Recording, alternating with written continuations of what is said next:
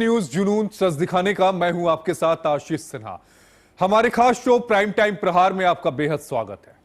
छत्तीसगढ़ से आई एक रिपोर्ट कई गंभीर सवाल खड़े करती है। क्या आदिवासी इलाकों में धर्मांतरण अब एक संगठित अभियान का रूप ले चुका है? जशपुर हो, अंबिकापुर हो, रायगढ़ से लेकर बस्तर और सरगुजा तक की तस्वीर बताती है कि बदलाव सिर्फ आस्था का नहीं है बल्कि सामाजिक ढांचे का भी है। जिन गांव में कभी परंपराएं और रीति रिवाज पहचान हुआ करते थे, वहां अब चर्चों की संख्या बढ़ना और अंतिम संस्कार की पद्धति तक बदल जाना एक बड़े परिवर्तन का संकेत है। एक रिपोर्ट में सामने आया है कि गरीब, बीमार और समाज से अलग थलग पड़े परिवार इस पूरे नेटवर्क के सबसे आसान शिकार बन गए हैं। गांव गांव में वेतन पर नियुक्त पास्टर सक्रिय हैं, जो लगातार संपर्क और सहायता के जरिए लोगों को प्रभावित कर रहे हैं। सवाल सिर्फ धर्म परिवर्तन का नहीं है बल्कि उस सिस्टम का भी है जो इसे बढ़ावा दे रहा है। एफसीआरए के तहत रजिस्टर्ड 146 एनजीओ में से बड़ी संख्या उन्हीं जिलों में काम कर रही है जहां धर्मांतरण के मामले सबसे ज्यादा सामने आ रहे हैं। फंडिंग की पारदर्शिता और ऑडिट सिस्टम पर भी सवाल खड़े हो रहे हैं। वहीं जबलपुर के ग्वाली घाट में इस तरह की गतिविधियों की सूचना पर विरोध और हंगामा यह दिखाता है कि यह मुद्दा अब सामाजिक तनाव का कारण बनता जा रहा है। बड़ा सवाल यही है कि क्या यह केवल आस्था का विषय है या इसके पीछे कोई संगठित तंत्र काम कर रहा है? अगर संगठित एक तंत्र काम कर रहा है तो उस तंत्र को बेनकाब क्यों नहीं किया गया?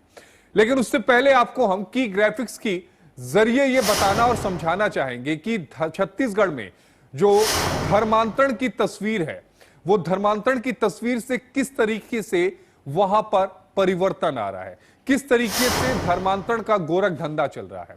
जशपुर, अंबिकापुर, रायगढ़, बस्तर, सरगुजा, ये वो जिले हैं जो हॉट स्पॉट जिले हैं, यानी सबसे ज्यादा धर्मांतरण के मामले यहां आ रहे हैं। सैकड़ों गांव हैं, जी हां, एक दो नहीं, गिनती में देखेंगे तो 1 और 00 होता है। 100 रुपए का नोट आपने दिखा है, उसी तरह सैकड़ों गांव हैं, यानी 100 से ज्यादा गांव हैं जहां पर धार्मिक संरचना जो है वो बदली है।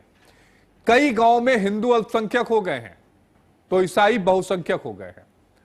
संविधान इजाजत देता है कि आप अपने मर्जी से धर्म को चुन सकते हैं, लेकिन संविधान यह भी कहता है कि आप प्रलोभन देकर किसी का धर्म परिवर्तन नहीं करा सकते। यह संवैधानिक तौर पर गलत है। लोगों की बदलती पहचान क्या है समझिए। जहां एक भी मंदिर नहीं है वहां पर 3 से 4 चर्च जो है बताया यह जा रहा है कि आम हो गए हैं। अंतिम संस्कार की परंपरा में बदलाव हुआ है। कब्रों पर अब क्रॉस की जो परंपरा है वो शुरू हो गई है और यह तस्वीर बिल्कुल अलग नजर आती है। अगर आप कभी छत्तीसगढ़ जाएं तो यह तस्वीर बिल्कुल अलग नजर आती है। अब समझिए कि इसका टारगेट कौन कौन है। गरीब और बीमार लोग हैं जिन पे परिवार फोकस कम करता है, समाज से वो वर्ग जो उपेक्षित है। मदद के जरिए इनसे संपर्क साझा जाता है और इन्हें प्रभावित किया जाता है। अब समझिए कि ये नेटवर्क कैसे फैला है। गांव गांव ये नेटवर्क फैला है। हर गांव में 2 से 3 पास्टर जो हैं वो सक्रिय हैं। बताया यह जाता है कि वेतन पर इनकी नियुक्ति होती है और ये प्रचार करते हैं। लगातार धार्मिक गतिविधियों में ये इन्वॉल्व है। अब समझिए एनजीओ और फंडिंग का खेल क्या है। एफसीआरए के तहत 146 एनजीओ रजिस्टर्ड हैं, 50 मिशनरीज और 30 एक्टिव इन्हीं जिलों में हैं। अगर आप देखें तो फंडिंग डेटा जो है वो अस्पष्ट कहा जाता है। ऑडिट पर भी सवाल उठ रहे हैं। अब जबलपुर कनेक्शन क्या है, जो हालिया घटना हुई है, जो कल की घटना हुई है। ग्वाली घाट में धर्मांतरण की सूचना मिली, बड़ी संख्या में लोग एकत्रित हुए, विरोध प्रदर्शन हुआ, हंगामा हुआ और उसके बाद पुलिस को इस मामले में एफआईआर दर्ज करनी पड़ी। लेकिन सवाल यह उठता है कि आखिर यह सब हो क्यों रहा है। अब आज के सवाल आपको बता दें जिन पर मेहमानों के साथ चर्चा करेंगे। पहला सवाल आपके टेलीविजन स्क्रीन पर कि क्या छत्तीसगढ़ में धर्मांतरण जो है वो स्वेच्छा से है या संगठित नेटवर्क का हिस्सा बन चुका है? क्या गरीब और बीमार आदिवासियों की मदद के नाम पर उनकी आस्था को बदला जा रहा है क्या? और आस्था की आजादी, यह सुनियोजित धर्मांतरण आखिर सच क्या है? इसके पीछे की कहानी क्या है? और इसी पर चर्चा करने के लिए हमारे साथ खास मेहमानों का पैनल है। हमारे साथ रिंकी पांडे जी हैं, प्रवक्ता हैं कांग्रेस पार्टी की। हमारे साथ रितेश मोहरे जी हैं, प्रवक्ता हैं भारतीय जनता पार्टी के। हमारे साथ शुभम वर्मा जी हैं, स्टेट हेड है छत्तीसगढ़ के। हमारे साथ अरुण पन्नालाल जी हैं, अध्यक्ष हैं छत्तीसगढ़ क्रिश्चियन फोरम के, और हमारे साथ शुभम नाग जी हैं, प्रांत संयोजक हैं बजरंग दल के। एक एक करके मैं सबके पास आऊंगा, लेकिन सबसे पहला सवाल मेरा शुभम वर्मा आपसे रहेगा। शुभम छत्तीसगढ़ की खबरें हम तक पहुंचाते हैं, एक मजबूत पत्रकार के तौर पर उनकी छवि है। शुभम, जरा मुझे यह तस्वीर समझाइए कि छत्तीसगढ़ में ये जो धर्मांतरण हो रहा है, क्या ये स्वेच्छा से हो रहा है, ये संगठित नेटवर्क का ये हिस्सा है?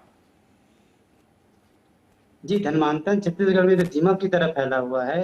ये कहा जाता है सुनिश्चित धर्मांतरण किया जाता है, स्वेच्छा के अनुसार उसको प्रेशर किया जाता है, उस गरीबी को देखा जाता है, उसको कुछ प्रलोभन दिया जाता है, या फिर उसको कोई बीमार है उसको हम बोलते हैं हम ठीक कर देंगे, इस टाइप का प्रलोभन देके, या फिर जो अनाज है वो खाने का है उसको दे देते हैं, उसको प्रलोभन देके ही उसके धर्मांतरण किया जाता है। गांव-गांव भी ज्यादातर, चाहे आपने सही सही कहा है, जो सरगुजा क्षेत्र है उसमें जो हिंदू है वो अल्पसंख्यक हो गए हैं और जो क्रिश्चियन है वो बहुसंख्यक हो गए हैं। आपने ये सही बात कहा है। वहीं से ही जो धर्मांतरण का जो खेला है वहीं से ही शुरू हुआ। अब जाके ये बस्तर पे चला गया है। बस्तर पे ही देखा गया है, हमने कवरेज किया है, धमतरी का है और बस्तर पे कांकेर का है, बहुत सारे कवरेज करते रहते हैं धर्मांतरण के ऊपर है जी। ये जो संगठित ही एक है, और हम देखें कि अब कवरेज किए थे राजनांदगांव का, चाको का, जो एकदम हाईटेक तरीके से जो धर्मांतरण करते हैं, इस टाइप का हम लोग कवरेज करते रहते हैं। ये धर्मांतरण जो संगठित है एनजीओ की तरह, एनजीओ के द्वारा ही किया जाता है। बिल्कुल आप सही कह रहे हैं कि ये संगठित पूरे नेटवर्क की तरफ ये जो धर्मांतरण का खेल है वो इशारा कर रहा है। रितेश मोहरे जी प्रवक्ता है भारतीय जनता पार्टी के। रितेश जी, कैसे फल फूल रहा है ये नेटवर्क? आप लोग तो धर्मांतरण को लेकर ही सत्ता में आए, कहा कि हम आदिवासियों का धर्मांतरण नहीं होने देंगे, तमाम तरह की बातें आप लोगों ने कही, और नीचे ये पूरा नेक्सस चल रहा है, जैसा शुभम भी बता रहे हैं और जैसा रिपोर्ट भी आई है। जी, सबसे पहले चलन न्यूज के सभी दर्शकों को मेरा नमस्कार। और आज जो ये मुद्दा है धर्मांतरण, बहुत छत्तीसगढ़ में बहुत ही गंभीर मुद्दा हो गया है, जिसको लेकर के छत्तीसगढ़ सरकार ने, भारतीय जनता पार्टी सरकार है, फरवरी माह में ही धर्मांतरण के विषय को लेकर के एक विधेयक लेके आई, जिसमें जो स्वेच्छा से बेकायदा प्रशासन को अगर आवेदन देकर के अगर धर्मांतरण करता है, अपना दूसरे धर्म को अपनाता है, तो उसमें शासन प्रशासन को आपत्ति, किसी संगठन को आपत्ति। अगर कोई भी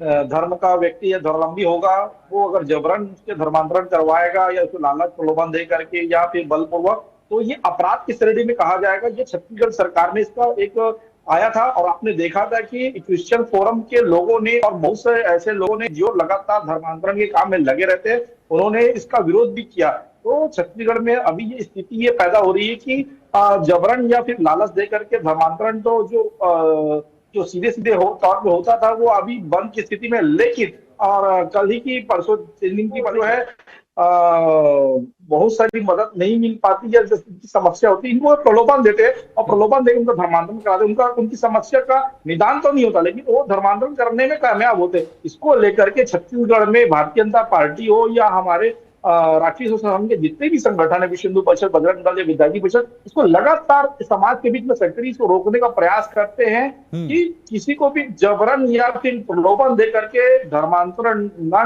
कराया जाए। मोरे जी सुनिए ना, ये बात सुनने में बड़ी अच्छी लग रही है। मैं आपकी बात को, मैंने 3 मिनट का वक्त दिया, मैंने आपकी पूरी बात सुनी, बड़ी अच्छी आप बात बता रहे हैं, एकदम राम राज्य टाइप आप बता रहे हैं। लेकिन ये बताइए कि जशपुर, अंबिकापुर, रायगढ़, बस्तर, सरगुजा में हिंदू अल्पसंख्यक कैसे हो गए? जी, मैं आपको बता देना चाहता हूं, जब पहली बार कांग्रेस सरकार आई थी, जिस समय भूतपूर्व मुख्यमंत्री अजीत जोगी की सरकार में, जब वो लगातार इस आदिवासी क्षेत्रों में एनजीओ को फलने फूलने का कार्य उनको सौंपा। दूसरी बार फिर अभी जो 5 साल कांग्रेस सरकार थी, उन्होंने भी एक प्रयास किया कि यहाँ पर कहते हैं इस प्रकार के संगठनों को हम इसको रोकने का प्रयास कर रहे हैं, और ये धीरे धीरे रुक भी रहा है। डीलिस्टिंग को लेकर भी हमारी मांग उठ रही है कि जो कन्वर्ट हो रहे हैं दूसरे धर्म में प्रलोभन से, उनको आरक्षण का लाभ ना मिले, इसको लेकर सुप्रीम कोर्ट ने भी गाइडलाइन जारी किया है। मुझे लगता है कि छत्तीसगढ़ में मोरे साहब 3 साल से आप लोग सत्ता में हैं, और जो पार्टी 3 साल पहले सत्ता से जा चुकी है उस पर दोषारोपण देके आप बच जाएंगे? देखिए, ये एक बहुत बड़ी गंभीर मुद्दा है। नहीं, मुद्दा गंभीर है तभी तो डिबेट कर रहे हैं। जी जी, इसको रोकने का हमने बिल लाया है, अभी विधेयक लाया है। 3 साल बाद बिल लेकर आए हैं, मुझे पता है, बिल मुझे पूरा रटा हुआ है, बिल मुझसे मत बताइए, आप ये बताइए कि हुआ कैसे। जी, सभी एनजीओ को भी इस पर जांच चल रही है, उनको बकायदा ब्लैक लिस्ट करने का भी काम, और केंद्र सरकार को भी हमारे मुख्यमंत्री ने पत्र लिख करके कोशिश कर रहे हैं कि उस पर बिल्कुल उनकी फंडिंग बिल्कुल रोका जाए और इसके एनजीओ को बिल्कुल ब्लैक लिस्टेड किया जाए। अरे ये बताइए कि एफसीआरए जो है वो नियमों को कौन तय करता है? फंडिंग के नियमों को कौन तय करता है? तो केंद्र करती है। तो फिर केंद्र में किसकी सरकार है? हमारी भारतीय जनता पार्टी की सरकार है। बिल्कुल आपकी बातों से, लेकिन ये जो प्रोजेक्ट दिखाते हैं, जो सेवा का भाव दिखाते हैं, इनके तहत उनको एफसीआरए, लेकिन ये काम दूसरा बता रहे हैं और कर दूसरा खेल कर रहे हैं। तो जो आज जो टारगेट हुए हैं, आप देखेंगे कि आने वाले समय इन एनजीओ को भी ब्लैक लिस्टेड करेंगे, क्योंकि हमारी केंद्र सरकार ने 12 सालों में बहुत सारे लोग एनजीओ जो है इस प्रकार के जो काम कर रहे थे, आतंकी संगठन जो धर्मांतरण, वो ब्लैक लिस्टेड करने काम हुआ है। जो छूट गए, मुझे लगता है कि आने वाले समय का इंतजार करने की आवश्यकता, जिससे इनको बिल्कुल ब्लैक लिस्ट किया जा सकेगा। और धर्मांतरण का जो गंदा खेल चल रहा है छत्तीसगढ़ में, उसको रोकने का भी कोशिश हम कर रहे हैं। ठीक है, अरुण पन्नालाल जी अध्यक्ष हैं छत्तीसगढ़ क्रिश्चियन फोरम के। अरुण जी, एक रिएक्शन आपका। बस सिर्फ एक, इतनी देर से तो आप दुनिया भर के आरोप लगा रहे हैं हमारे ऊपर और एक रिएक्शन मांग रहे हैं। नहीं, अगर आपको लग रहा है कि आरोप सही है तब आप शुभम जी, आवाज मिल रही है आपको? मैं तो बस कह रहा हूं, आपको बोलने का मौका अरुण जी दे रहा हूं। नहीं साहब, पहले ये बताइए हमको, धर्मांतरण का कौन सा डेटा है आपके पास? गृह मंत्री बोलते हैं 0 धर्मांतरण हुआ, बोले कि नहीं बोले? फिर आप बोल रहे हो उपेक्षित है, मतलब आप अपनी खामी मान रहे हो कि हम वहां तक पहुंच नहीं पा रहे हैं। मतलब आप मुझे मत बोलिए, आप सीधे बीजेपी को आप यहाँ पे कहिए ना, आप मुझे कह रहे हैं। बीजेपी को ही बोल रहा हूँ और सबको बोल रहा हूँ और आपको भी बोल रहा हूँ। अच्छा बताइए अरुण जी, अब तो ठीक है, अब तो बात इधर आ गई। ठीक है अरुण जी, आप बताइए, मैं आपको पूरा सुनूंगा। अब मेरे को बताइए, आप लोग सब बोल रहे हैं उपेक्षित, मतलब ये आप मान रहे हैं कि सरकार उन तक पहुंच नहीं पाई है, ये आपकी कमी घटी ये उजागर कर ही रही है कि आप वहां तक उनको अपनी सेवाएं दे नहीं पा रहे। आज ही एक वो था कि 20 किलोमीटर वो एम्बुलेंस नहीं थी तो खटिया में ढोके कर वहीं बस्तर में लेके गए हैं, तो ये आपकी उपलब्धि है। और आरोप लगा रहे हैं किस पे? धर्मांतरण का। धर्मांतरण के आंकड़े क्या है? किसी के पास नहीं है। 2011 में कितने ईसाई थे? 1950 में कितने ईसाई थे? 3%। 2011 में कितने हो गए? 2.61%। घटती आबादी और आरोप धर्मांतरण का। ठीक है, अब आप मुझको ये बताइए, अनाज देके हम प्रलोभन कर लेते हैं। एक तो पहली बात, अपनी कमजोरी आपने स्वीकार ही ली कि 2 किलो 5 किलो अनाज के लायक है। और आप मेरे को बताइए, सरकार के पास अनाज की कमी पड़ी है क्या? हम 2 किलो देते हैं, आप 200 किलो दे दो। हम तो कह रहे हैं हमारे चर्च में भी आ जाओ, खूब अनाज बांटो और सबको ले जाओ, हमें कोई आपत्ति नहीं है। ये सब एजेंडा चला रहे हैं। बीच में आपके बात उसके वो चाको की उठाई। अरे हम कह रहे हैं सरकार की एजेंसी कर क्या रही है, और सरकार की एजेंसी में इतनी ईमानदारी होती और तन्मयता होती तो 4 घंटे के अंदर उसको जमानत नहीं मिलती। तो ये किस्म का झूठा लांछन लगा करके कटघरे में खड़ा करके अपनी राजनीतिक रोटी सेकने राजनीतिक रोटी सेकी जा रही है। शुभम नाग जी, आरोप लग रहा है, प्रांत संयोजक है बजरंग दल के, अभी आप सुन रहे थे, कह रहे थे अरुण जी की राजनीतिक रोटी जो है वो सेकी जा रही है। क्या है भैया, ये तो भाजपा कांग्रेस वाले बताएंगे कि राजनीति की रोटी कैसे सेकी अब ये बताइए कि क्या कन्वर्जन हो रहा है कि नहीं? अरुण जी कह रहे हैं कि कुछ नहीं हो रहा है, झूठे ही आरोप लगा दिया जा रहा है। देखिए, आप बड़ा एक न्यूज बना, चाहे नारायणपुर का हो चाहे कांकेर जिले के बड़े तेवड़ा का घटना हो, धर्मांतरण हुआ नहीं तो इतना समाज में मारपीट की स्थिति, हिंसा की स्थिति कैसी उत्पन्न हुई? क्या हिंदू समाज, इतना सभ्य समाज, सरल समाज, ये अपने समाज को, अपने भाइयों को मारने में आतुर हो रहा है? ये धर्मांतरण नहीं हुआ, ये कह रहे हैं ना। तो फिर इतनी बड़ी घटना ये नारायणपुर पर क्यों हो रही है? इतनी बड़ी घटना कांकेर के बड़े तेवड़ा पर क्यों हो रही है? यहाँ पे गांव के एक हमारे हो रही है, उसको भी बता दीजिए। हमारे समाज के लोग हमारे समाज के लोग को मारने में उतर रहे हैं। ये हमारी संस्कृति है क्या? ये धर्मांतरण हो रहा है तभी ना हो रहा है?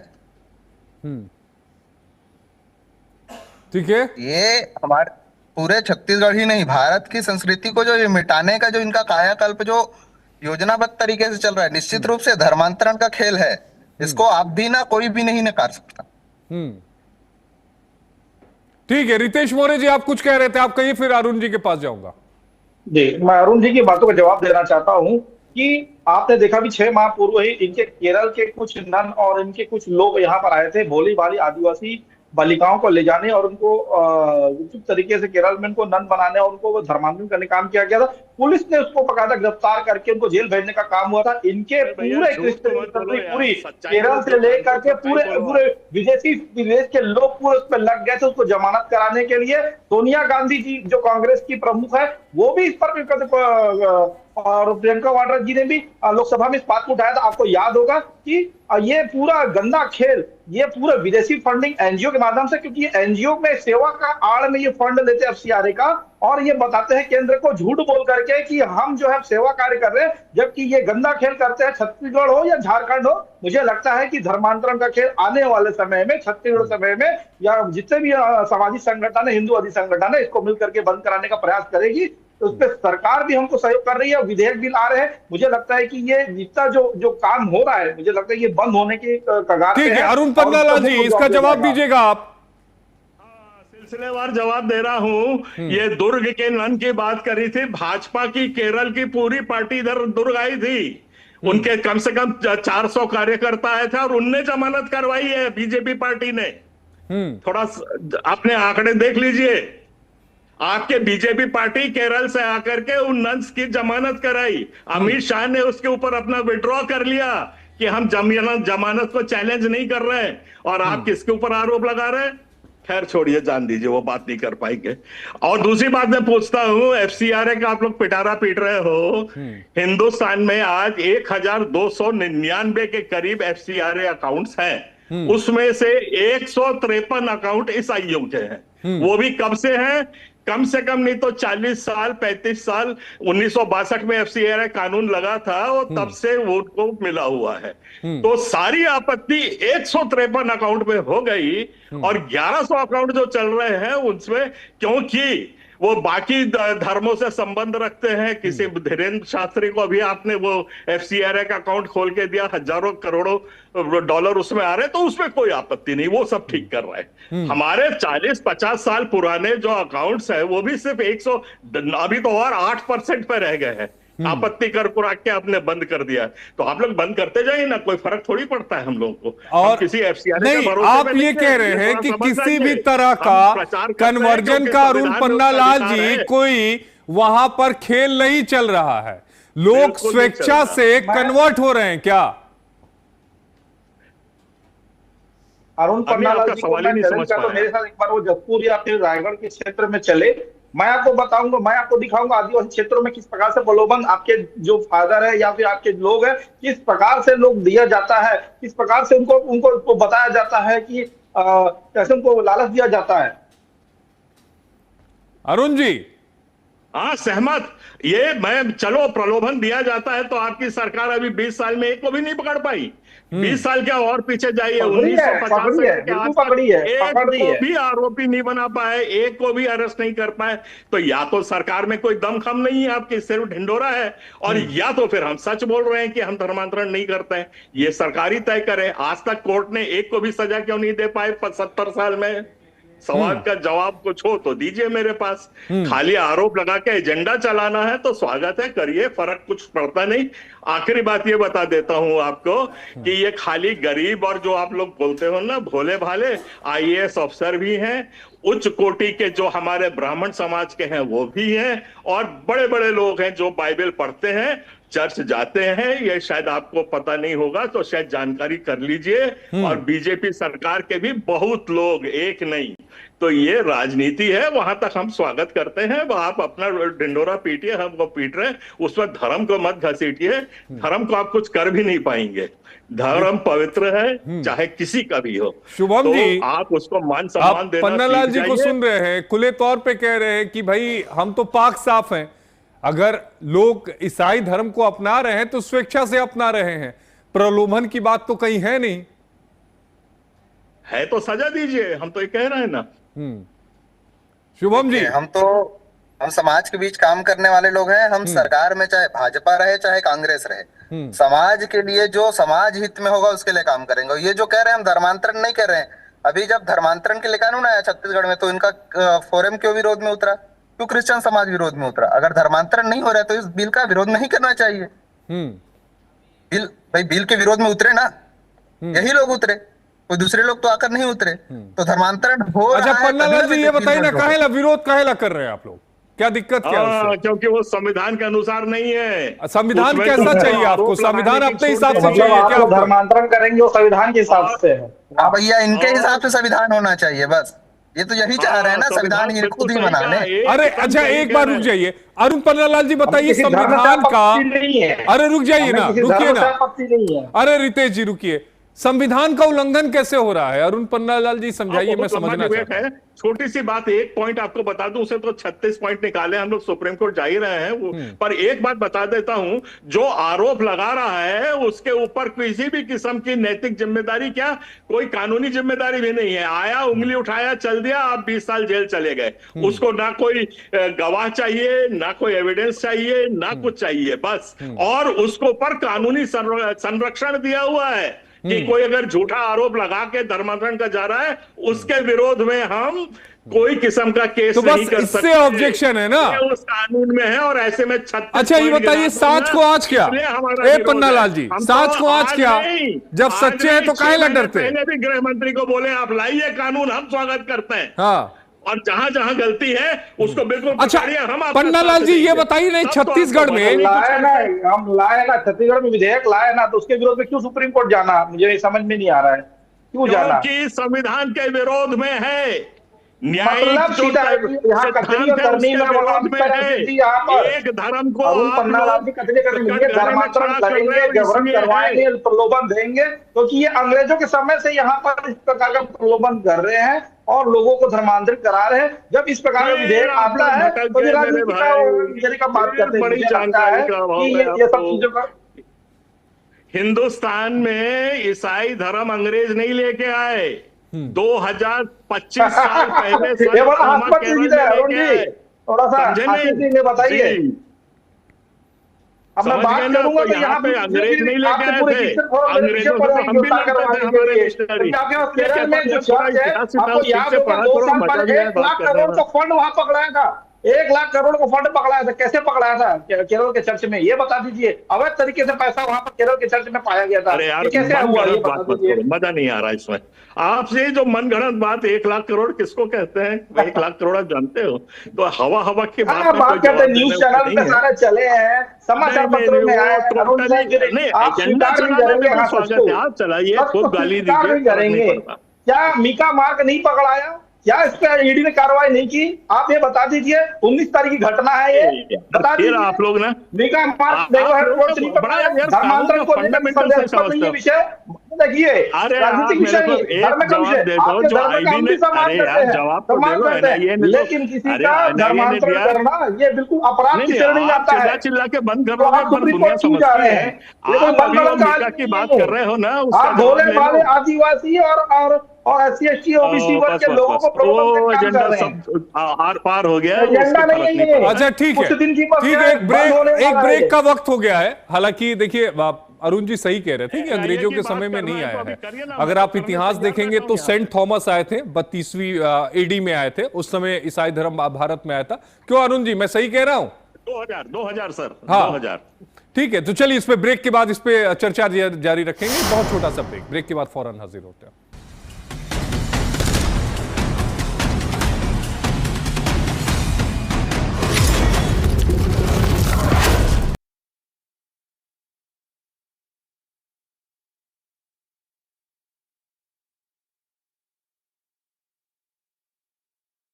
आइसक्रीम खाओगी? जंगल में आइसक्रीम मिलती है।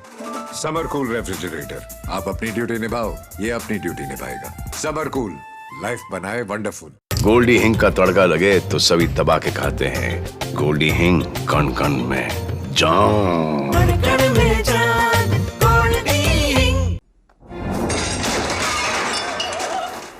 फर्श की टाइल्स को चेंज करो, बड़ी स्लिपरी हैं। थर्मोकूल वॉशिंग मशीन। थर्मोकूल, इंडिया का नया अंदाज। प्रदेश सरकार के बेहतरीन प्रयासों और कल्याणकारी योजनाओं से आज राज्य में कृषि उत्पादन में वृद्धि के साथ साथ किसानों की आय भी बढ़ी है। उत्तराखंड के मिलेट को सुपरफूड के रूप में बड़ा बाजार और विशेष पहचान देते हुए मिलेट न्यूट्री हब बनाने की दिशा में सरकार तेजी से काम कर रही है। नई मिलेट नीति के तहत मंडुआ, झंगोरा, कौड़ी, चीना और रामदाना जैसी पौष्टिक फसलों को बड़े स्तर पर प्रोत्साहन दिया जा रहा है, जिससे किसानों को अपनी उपज का बेहतर मूल्य प्राप्त हो रहा है। बोए गए क्षेत्र का सिंचित हिस्सा बढ़कर 55% हुआ। सिंचाई क्षमता बढ़कर 1020 हेक्टेयर पहुंची। खाद्यान्न उत्पादन बढ़कर 19.40 लाख मीट्रिक टन हुआ। तिलहन उत्पादन 22,157 मीट्रिक टन 53% की हुई वृद्धि। गन्ने की औसत उपज बढ़कर 884 क्विंटल प्रति हेक्टेयर तक पहुंची। जैविक खाद का उत्पादन 4.72 लाख मीट्रिक टन तक पहुंचा। कृषि उत्पादन से लेकर विपणन तक सहायता प्रदान करने के साथ ही किसानों को खाद, बीज और उपकरणों की खरीद पर सब्सिडी दी जा रही है। किसानों की समृद्धि के साथ सर्वोत्तम उत्तराखंड का सपना पूरा करते हुए प्रदेश सरकार ग्रामीण अर्थव्यवस्था को मजबूत करते हुए फल, पुष्प, सब्जी और मसाला क्षेत्रफल विस्तार, मशरूम उत्पादन और पॉली हाउस निर्माण में जहां नई पहचान दे रही है, वहीं कृषि क्षेत्र में भरपूर बजट देकर किसानों की खुशहाली की राह को आसान बनाया है। संवर रही खेती, निखर रही किसानी, आर्थिकी का जरिया बन रही बागवानी।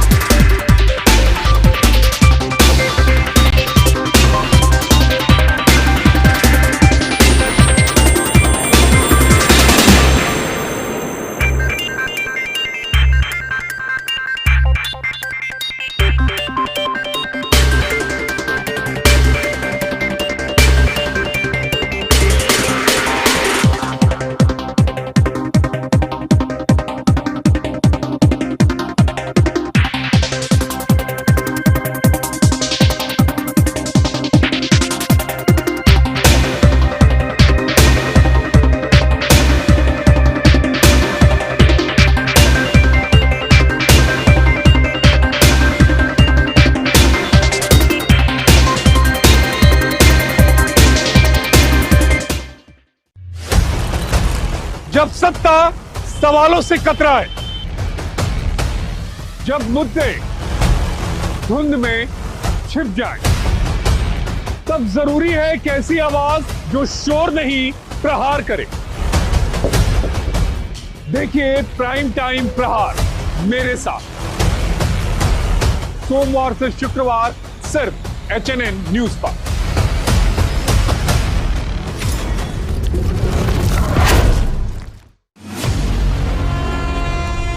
जहां हर सुबह के साथ उठते हैं नए सवाल,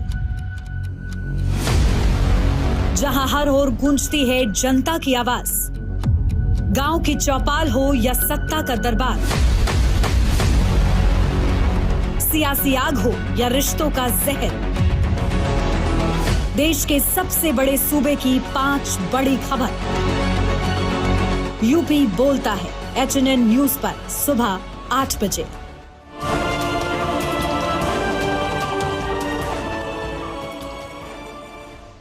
जब बात सेहत की हो तब लापरवाही छोड़िए। बीमारी के संकेतों को समय रहते पहचानिए। सही जानकारी, सही इलाज, एक्सपर्ट डॉक्टर की भरोसेमंद सलाह। सेहत शनिवार और रविवार दोपहर 2:30 बजे सिर्फ HNN न्यूज पर। देश का दिल, राजनीति का केंद्र और खबरों का सबसे बड़ा मैदान।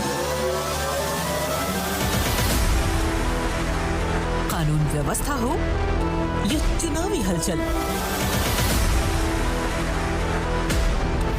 सरकारी फैसले हो या शहरों का बदलाव, पूर्वांचल से लेकर पश्चिमी यूपी तक, योगी राज की हर खबर सबसे पहले और बिल्कुल सटीक।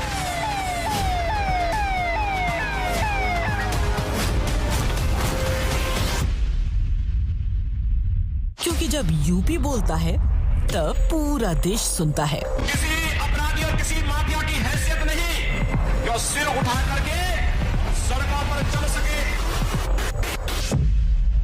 HNN न्यूज पर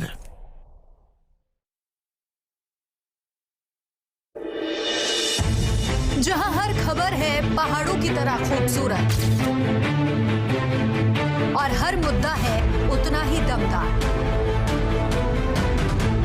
चार धाम यात्रा हो या बारिश का अलर्ट, पहाड़ों की सुरक्षा हो या सरकार के बड़े फैसले, हम बताएंगे आपको हर वक्त हर खबर के साथ। नए उत्तराखंड की नई आवाज, खबर उत्तराखंड, HNN न्यूज पर।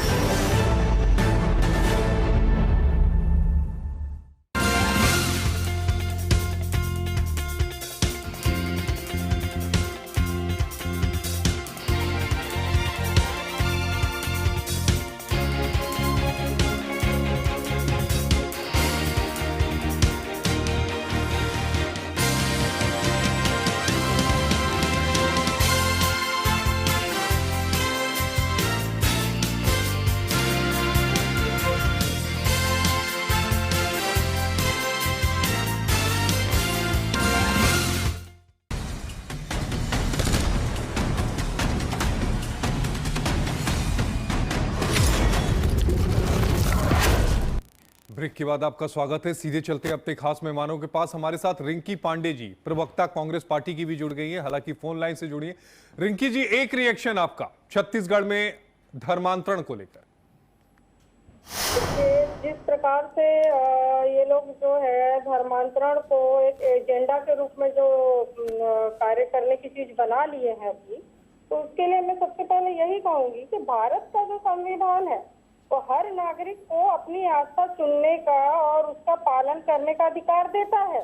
तो आज छत्तीसगढ़ के आदिवासी इलाकों में लोग अगर धर्म को बदल रहे हैं तो क्यों बदल रहे हैं? सबसे बड़ी चीज तो ये, क्या कोई मजबूरी नहीं है? क्या ये सच नहीं है कि वहाँ पर शिक्षा, स्वास्थ्य और रोजगार की कमी है? तो ये धर्मांतरण नहीं, ये विकास की जो है वो विफलता है। सबसे बड़ी बात तो ये है, क्योंकि जहाँ स्कूल अस्पताल नहीं है वहाँ अगर कोई मदद करता है तो लोग उसकी तरफ जाते हैं। ये स्वाभाविक सी बात है। आप लोगों को विकल्प नहीं देंगे तो वो खुद विकल्प ढूंढेंगे ना, ढूंढेंगे कि नहीं? और असल में तो सरकार जो है ना वो अपनी नाकामियों को छुपाने के लिए लोगों की आस्था को केवल मुद्दा बना रही है। और मैं आपको एक सबसे बड़ी बात बताऊंगी, जो ये लोग अपने मन का जो ये बार बार RSS के मानसिकता से जो ये ग्रसित लोग हैं, भाजपा के लोग, तो आपको ये मैं बताऊं कि बीजेपी का जो चेहरा है वो हम लोग सबके सामने लाने का निरंतर प्रयास करते हैं। आज भी मैं आपको बताऊं, 1968 में याद कीजिए, 1968 में किसने कानून बनाया था धर्मांतरण को रोकने के लिए? किसने बनाया था? कांग्रेस पार्टी ने बनाया था, ना कि उसका, ना कि कोई भाजपा, न कोई और अदर पार्टी, कोई नहीं। उसका पालन ये सरकार नहीं करा पाई, तो किसकी गलती है? इनकी ना। इस सरकार को धर्म व धर्मांतरण के नाम पर केवल राजनीति करना है, नफरत फैलाना है, देश में विद्वेष फैलाना है। आपको मैं एक बात बताती हूँ, आप देखिए, ये जो शंकराचार्य अभी मुक्तेश्वर जी है ना, उन्होंने बहुत ही गंभीर आरोप लगाया है ये भाजपा के प्रिय संगठन RSS के ऊपर। ये बात आप हमसे ज्यादा तो आप लोगों को पता होगी। उन्होंने इतना गंभीर आरोप लगाया है इनके ऊपर, वो भी धर्म से ही रिलेटेड है ना, वो तो उनकी बात कौन टालेगा? वो गलत आरोप तो नहीं लगाएंगे, पूरा देश जान रहा है उनको। उन्होंने सीधे आरोप लगाया है कि मुस्लिम ये जो है ये मुस्लिम मंच के माध्यम से आरएसएस के लोगों ने 10 लाख हिंदू बेटियों का विवाह मुसलमानों से कर दिया।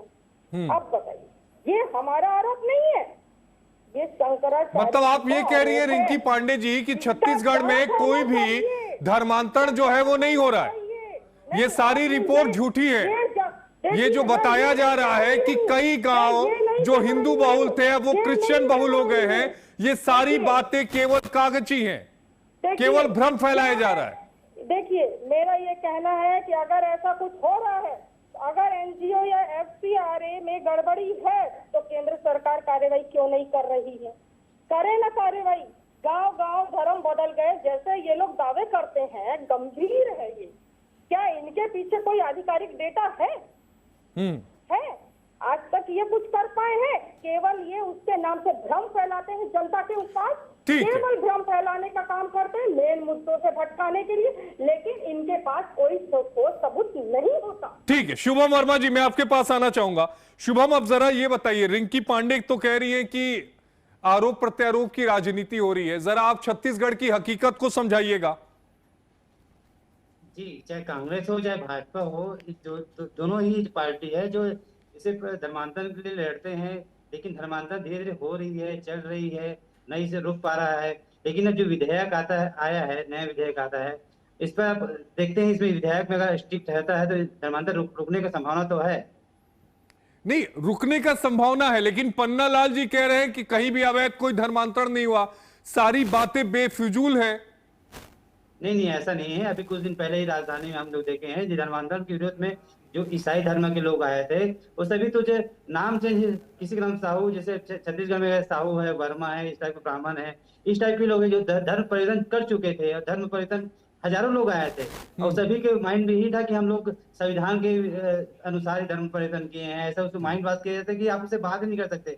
कहा जाता है कि हम संविधान के विरुद्ध हम लोग कभी काम नहीं करते, संविधान के जो अंदर भी हम लोग धर्म परिवर्तन किए हैं। सरकार के कहना कि आप बता के करो।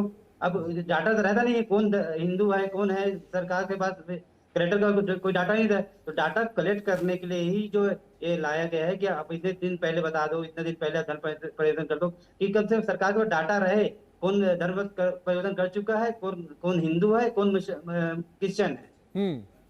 ठीक है, पन्ना लाल जी सुन रहे हैं ना शुभम जी को? बहुत अच्छा सर जी, थोड़ा सा जवाब दीजिएगा, वो कह रहे हो तो रहा है ना। बहुत संक्षिप्त। मेरे बहुत जानकार दोस्त शुभम जी, आपसे थोड़ा सा ये पूछना चाहता हूँ। सबसे पहला बात ये है कि जो हमारा संविधान है ना, वो किसी धर्म को नहीं मानता है, ये मानेंगे मेरे साथ? किसी भी धर्म के आधार पे आप किसी को कुछ न दे सकते हैं ना कुछ ले सकते हैं, ये बेसिक फंडामेंटल्स है हमारे संविधान के। अब आप मेरे को बताइए, ईसाई बनने का लाभ का भी, फिर डीलिस्टिंग का लाभ आप धर्म के आधार पे उसको हटा देंगे। और दूसरी बात मैं बताऊं, मैं अपना धर्म एक बार नहीं 100 बार बदल सकता हूं, 1 घंटे में 20 बार बदल सकता हूं, 1 महीने में 40 बार बदल सकता हूं, ये आजादी मुझको है। पर आप अपनी जात बदल लेंगे? जात बदल सकते हैं क्या? आप अपना डीएनए बदल लेंगे? खून निकाल के दूसरा खून डलवा लेंगे? तो जात बदलती ही नहीं। जो जिस जात में मैं हूं, मैं साहू हूं, गोंड हूं, जो हूं मैं वो ही रहूंगा। और ये सुप्रीम कोर्ट का एक नहीं 8 ऐसे आदेश है।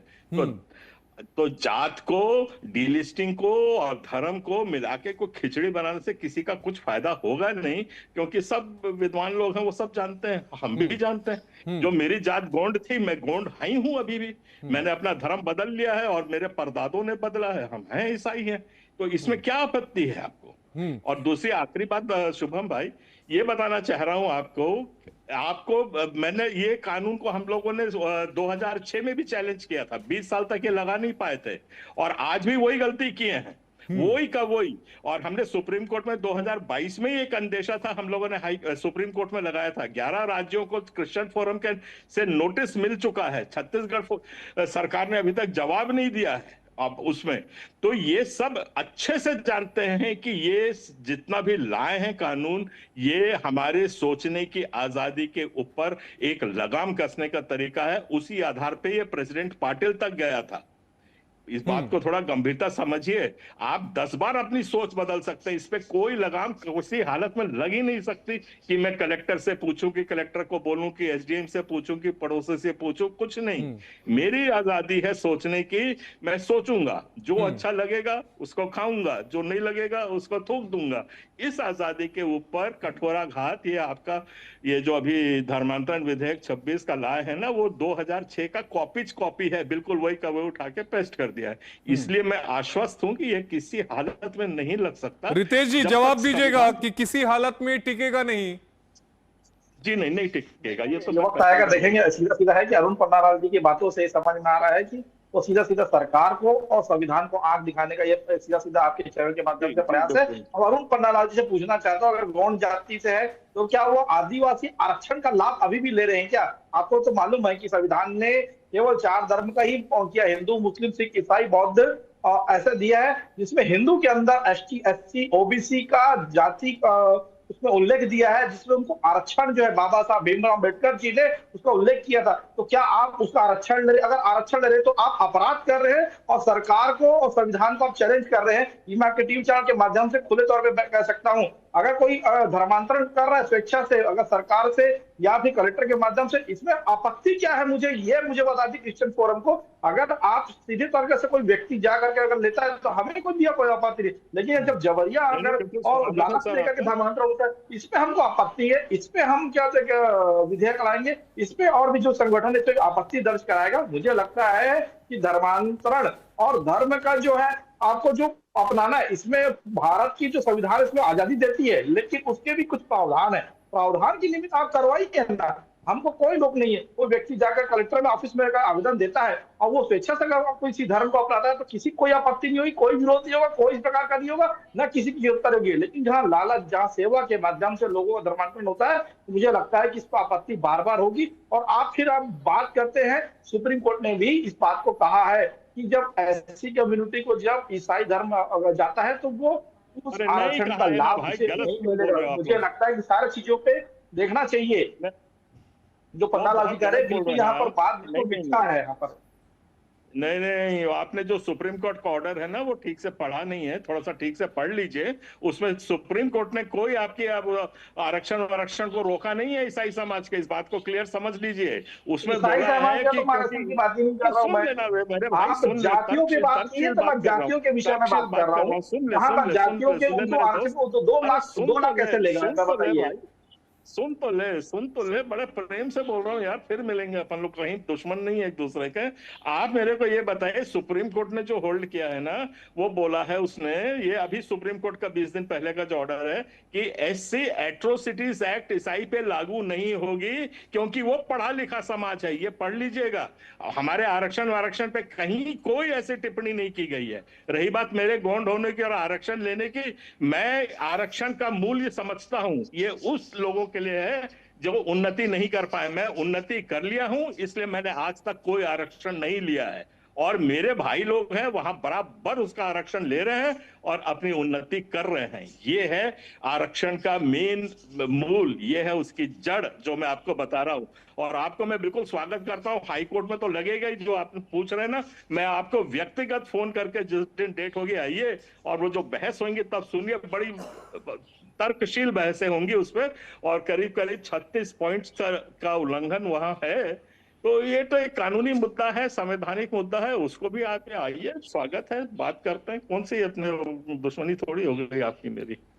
हालांकि देखिए रितेश जी, वो जो कह रहे हैं वो 2006 का सुप्रीम कोर्ट का जजमेंट कह रहे हैं, वो सही कह रहे हैं। सुप्रीम कोर्ट ने अपने इस फैसले में इस बात को बिल्कुल साफ कहा था कि जो एसटी का जो दर्जा है वो अपने आप कतई खत्म नहीं होगा। इस बात को कोर्ट ने बहुत साफ कहा था, क्योंकि आदिवासी परंपरा है, वो किसी धर्म से ताल्लुक नहीं रखता। पन्नालाल जी, मैं सही कह रहा हूं? यही सुप्रीम कोर्ट ने कहा था। बिल्कुल सही कह रहे हैं। आर्टिकल 51 भी उसके आगे एक है, छोड़ लंबी हो जाएगी बहस, पर सही कह रहे हैं, you are on the right path, एकदम सटीक बात है। ठीक है, अब शुभम जी ये बताइएगा कि ये जो आंकड़े आ रहे हैं, जो अलग अलग गांव है, ये बस्तर तक ये पूरा मामला फैल रहा है, तो ये फैल कैसे रहा है? कैसे वहां पे चर्चेस इतने ज्यादा बनते जा रहे हैं?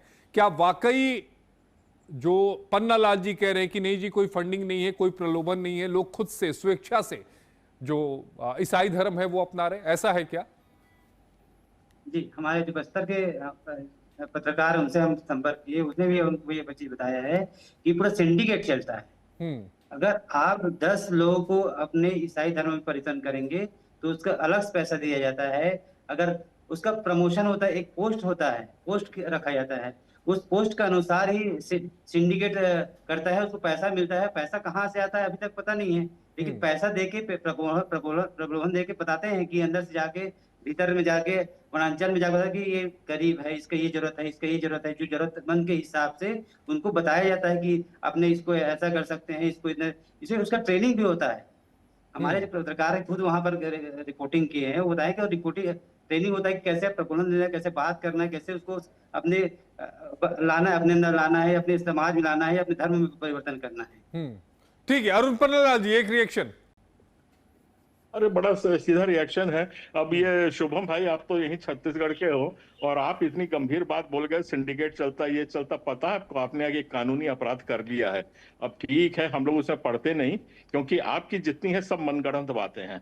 कोई आंकड़ा किसी के पास नहीं है, कितने चर्च बने, और ये 3 ही साल में सारे मुद्दे उठ रहे हैं। ये 3 साल में कितने चर्च बने, कोई आंकड़ा है? कोई आधिकारिक सूत्र है? हमने तो आरटीआई में भी इसका एप्लीकेशन लगाई, कोई जवाब नहीं आया है। और पत्रकार ने बोल दिया उसको हम आधिकारिक मान लें, ऐसा कतई संविधान ऐसा नहीं चलता है। सरकार बैठी हुई है, सरकार उसके आंकड़े दे। आप लोग बार बार बस्तर और वो कांकेर का बोल रहे हैं, उसका इतिहास और कहानी ऑल टुगेदर डिफरेंट है। पर मैं वहां पे जमीन पे भी हूं, मेरी वहां पे एक इकाई भी है, वहां मेरे जिला अध्यक्ष भी हैं, हमारी पॉलिटिकल पार्टी भी है, हम सच्चाई को जानते हैं। पर वो ठीक है, आपको राजनीति करना है, हमको भी राजनीति करना है, उसमें कोई आपत्ति नहीं है। पर जहां तक झूठ परोसने की बात है, नहीं, अरे शुभम जी पत्रकार है, वो कहाँ राजनीति कर रहे हैं? रितेश जी को बोलेंगे तो समझ में आएगा। अरुण जी, शुभम जी को मत कहिए। आसिफ जी यहाँ पे स्वीकार नहीं करेंगे कि इनका सिंडिकेट चल रहा है, और बहुत बार पकड़ा है, पुलिस भी इनको गिरफ्तार किए नहीं करेंगे। गिरफ्तार होते हैं तो इनके पूरे लोकसभा से राज्यसभा तक हंगामा चालू हो जाता है। गिरफ्तारी से कोई डर नहीं लगता है, 2 घंटे में तो छूट के आते हैं। आजकल कितने 300-400 केस। लेकिन